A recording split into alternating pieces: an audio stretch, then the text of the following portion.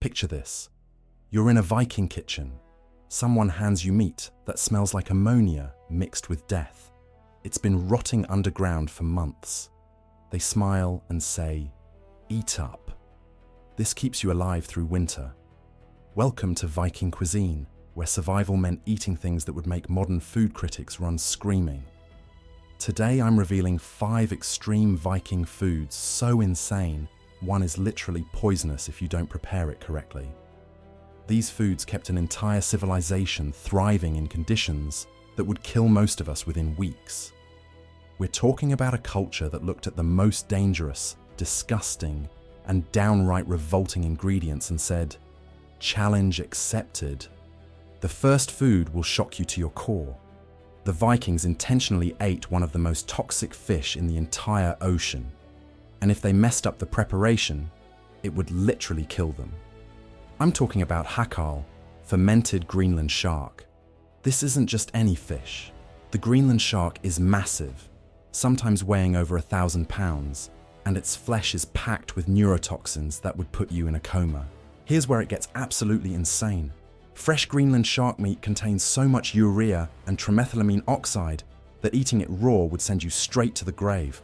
But somehow, the Vikings figured out a way to turn this deadly predator into a survival food. They would catch these monsters, gut them completely, and then dig a shallow pit in gravelly sand. The cleaned shark would go into the hole, covered with sand and gravel, then weighed down with massive stones to press all the toxic fluids out of the flesh.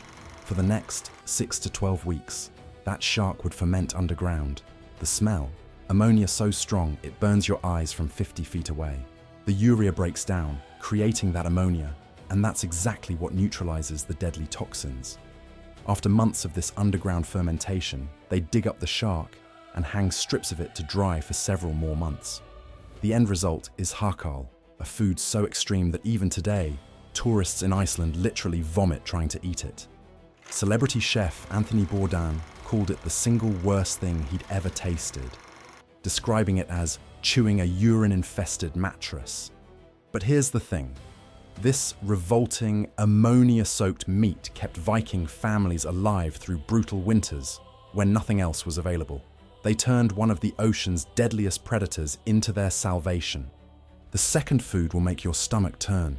When Vikings slaughtered animals, they didn't waste a single drop of blood. Instead, they collected it in buckets while it was still warm and mixed it directly into their bread dough. And here's the critical part. They had to work fast. Blood starts coagulating within 20 minutes of slaughter. Wait too long and you've got lumps instead of dough. Blood bread wasn't some occasional treat. This was daily sustenance, the foundation of their diet during harsh seasons. Picture walking into a Viking kitchen and seeing loaves of bread so dark red they're almost black. The metallic smell hits you first, then the dense, iron-rich flavor that coats your tongue. But here's why they did it. Blood is pure protein and iron, concentrated nutrition in liquid form. One slice of blood bread delivered more nutrients than 3 slices of regular bread. When you're facing months of darkness and cold, you can't afford to waste anything. The Vikings understood something we've forgotten. Survival isn't about what tastes good. It's about what keeps you alive. While we're popping iron supplements and protein powders, they were getting everything they needed from ingredients we'd consider revolting. That warm animal blood mixed into dough wasn't disgusting to them. It was life insurance. During the worst famines, when crops completely failed and animals were too valuable to slaughter, Vikings would walk into the forest and literally eat the trees. I'm talking about birch bark bread, made from the inner bark of birch trees. When your children are crying from hunger and there's nothing left in storage, you don't have the luxury of being picky.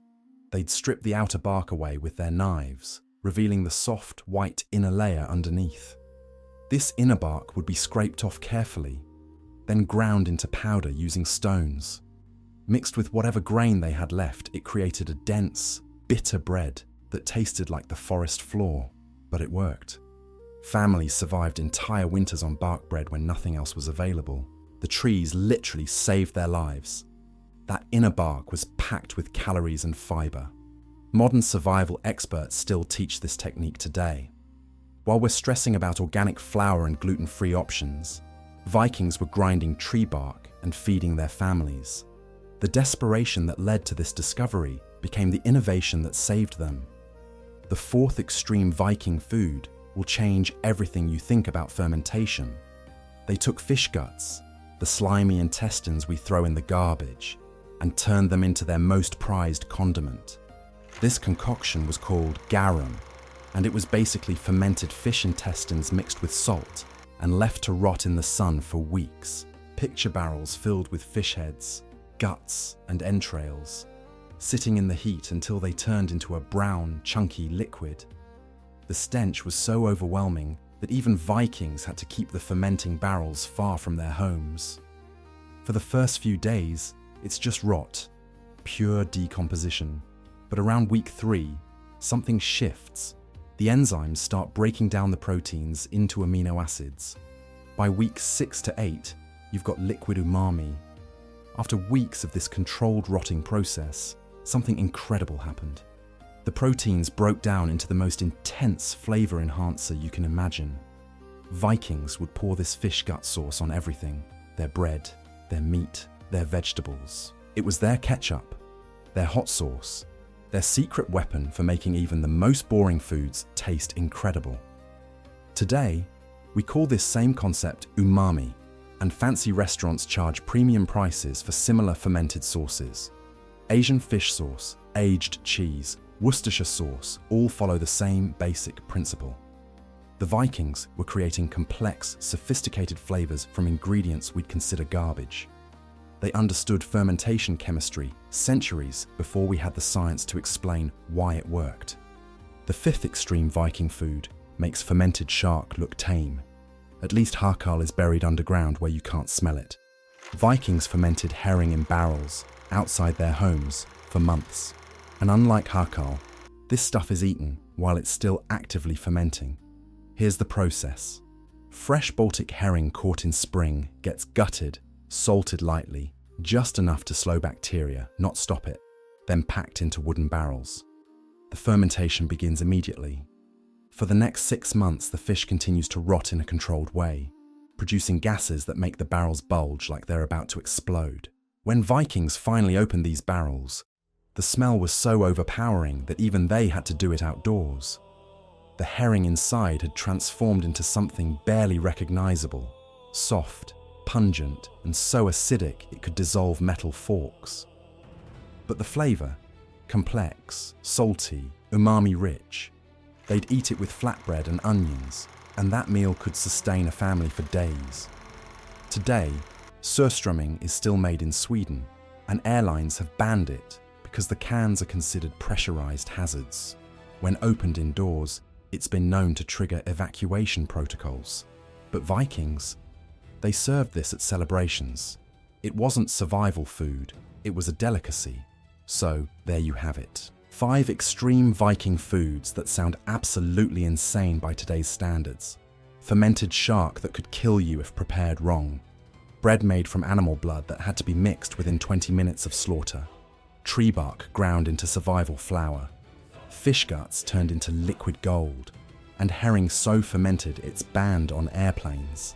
Each one sounds more revolting than the last, but here's what blows my mind. These weren't desperate people making bad choices. These were brilliant survivors who looked at a hostile world and refused to give up. While we're ordering takeout and complaining about grocery prices, Vikings were turning poison into medicine, garbage into gourmet, and death into dinner. They didn't just survive in conditions that would kill most of us in days. They thrived for centuries. Maybe we're the crazy ones. We pop vitamin supplements while they got everything from fermented fish. We buy expensive umami sauces while they made better ones from fish guts. We stress about protein sources while they were grinding tree bark to stay alive.